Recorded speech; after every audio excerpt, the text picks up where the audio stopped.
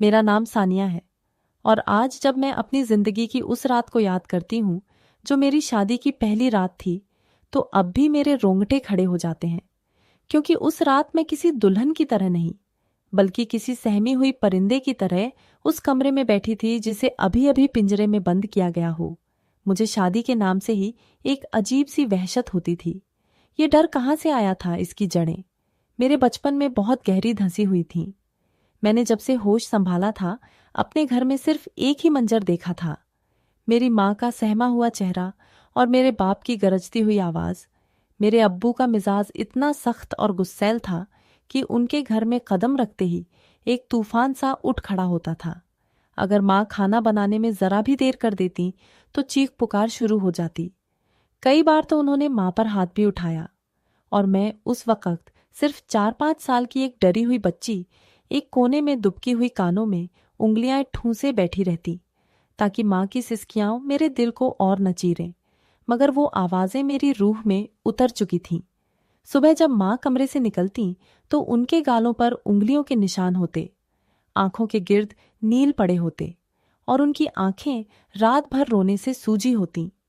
उसी बचपन में मेरे दिल में मर्द नाम की मखलूक के खिलाफ एक खौफ की पहली कील ठुक गई थी, जो वक्त के साथ और गहरी होती चली गई। कॉलेज तक पहुंचते पहुंचते मुझमें आत्मविश्वास नाम की कोई चीज बाकी नहीं बची थी। अगर कोई लड़का मुझे बस देख भर लेता तो मेरा दिल धड़कना भूल जाता और मैं उस मंजर से गायब हो जाना चाहती। फिर मेरी जिंदगी में नाजो नाम की एक सहेली आई जो शादीशुदा थी और हमेशा उदास रहती थी। एक दिन जब मैंने उससे पूछा कि शादी क्या होती है, तो उसने जो जवाब दिया वो मेरी रूह तक उतर गया। उसने कहा, शादी मर्द की हैवानियत का दूसरा नाम है। और यह कहते हुए उसने अपनी बाजू से कमीज ऊपर की तो मैंने वहां दांतों के गहरे जख्म देखे जिनमें से खून रिस रहा था। उसने बताया कि एक जख्म उसके शौहर ने जलती सिगरेट से बुझाकर दिया था। मैं यह देखकर कांप उठी थी और कुछ ही दिनों बाद खबर आई कि नाजो के शौहर ने उसे फ्लैट से नीचे गिरा दिया और उसकी वहीं मौत हो गई। उस दिन के बाद मैं दिमागी तौर पर बीमार सी हो गई। मुझे गैमोफोबिया ने जकड़ लिया। शादी का नाम सुनते ही मैं सूखे पत्ते की तरह लरजने लगती। यही हाल था जब मेरे लिए फैजान का रिश्ता आया। वो मेरे अब्बू के दोस्त का बेटा था। उसकी माँ ने मुझे किसी फंक्शन में देखकर पसंद कर लिया था और चूंकि मेरे ससुर जिंदा नहीं थे, अब्बू ने खुद सब तय कर दिया। मेरी एक न सुनी गई। शादी की तारीख जब तय हुई तो मैं रो रो कर हलकान हो गई। मगर माँ ने कहा कि अब्बू के सामने ऐसी बात मत करना, वरना वो जान से मार डालेंगे। खौफ की उसी हालत में मैंने शादी के दिन पार्लर जाने से पहले नींद की गोलियां खा लीं ताकि रुखसती के बाद कमरे में जाते ही मुझे नींद आ जाए और मुझे कुछ महसूस ही न हो। मगर वो गोलियां भी मेरे खौफ के आगे बेअसर साबित हुईं। जब फैजान ने कमरे का दरवाजा बंद किया तो मुझे लगा किसी ने मेरा दिल मुट्ठी में दबोच लिया हो। मेरे हाथ बर्फ जैसे ठंडे पड़ गए। वो जैसे जैसे मेरी तरफ बढ़ रहा था, मैं उतनी ही सिमटती जा रही थी। जब वो मेरे पास बैठा तो मैं उछलकर पीछे हट गई और बिस्तर के कोने से जा लगी। उसने हैरानी से पूछा कि मैं उससे दूर क्यों भाग रही हूं। मैंने बस इतना कहा कि प्लीज मुझसे दूर रहिए। वो परेशान होकर बोला कि क्या मैं उसे पसंद नहीं। मैं क्या जवाब देती, न हाँ कह पाई न ना।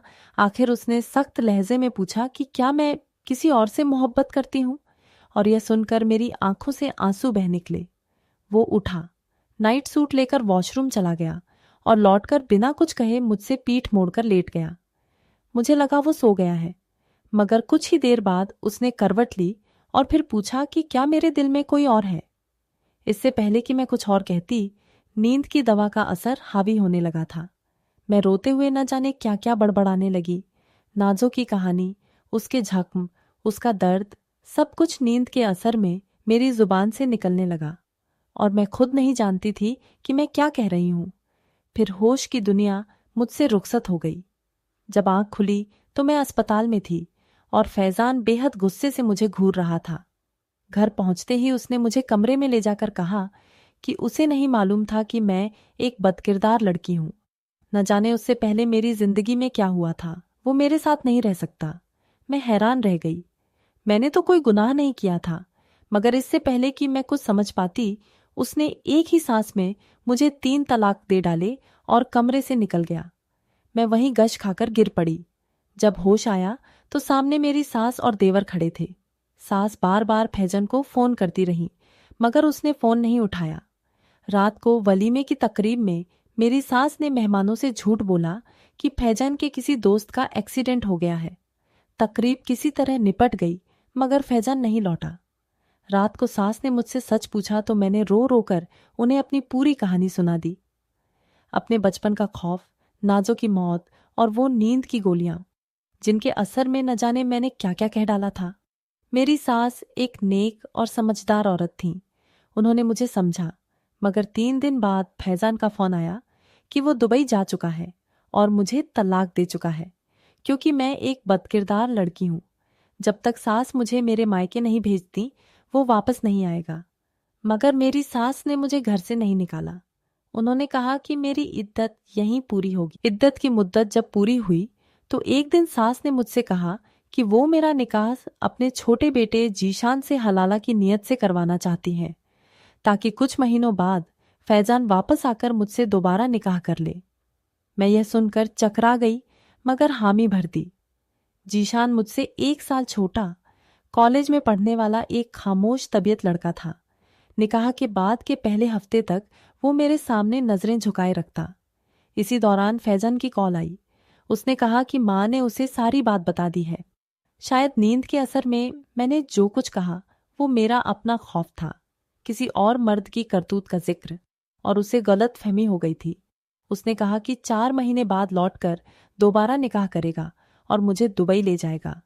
ये सुनकर मुझे कुछ तसल्ली हुई, मगर उसी शाम डिनर पर जब सास ने यह खुशखबरी जीशान के सामने सुनाई तो मैंने देखा जीशान के हाथ में पकड़ा निवाला वहीं थम गया और वो बिना कुछ कहे खाना छोड़कर उठ गया।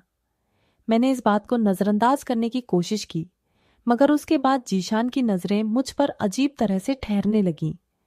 एक रात किचन में जब मैं बर्तन धो रही थी, वो अंदर आया और चाय बनाने को कहा, मगर बाहर नहीं गया। शेल्फ से टेक लगाए मुझे टकटकी लगाए देखता रहा।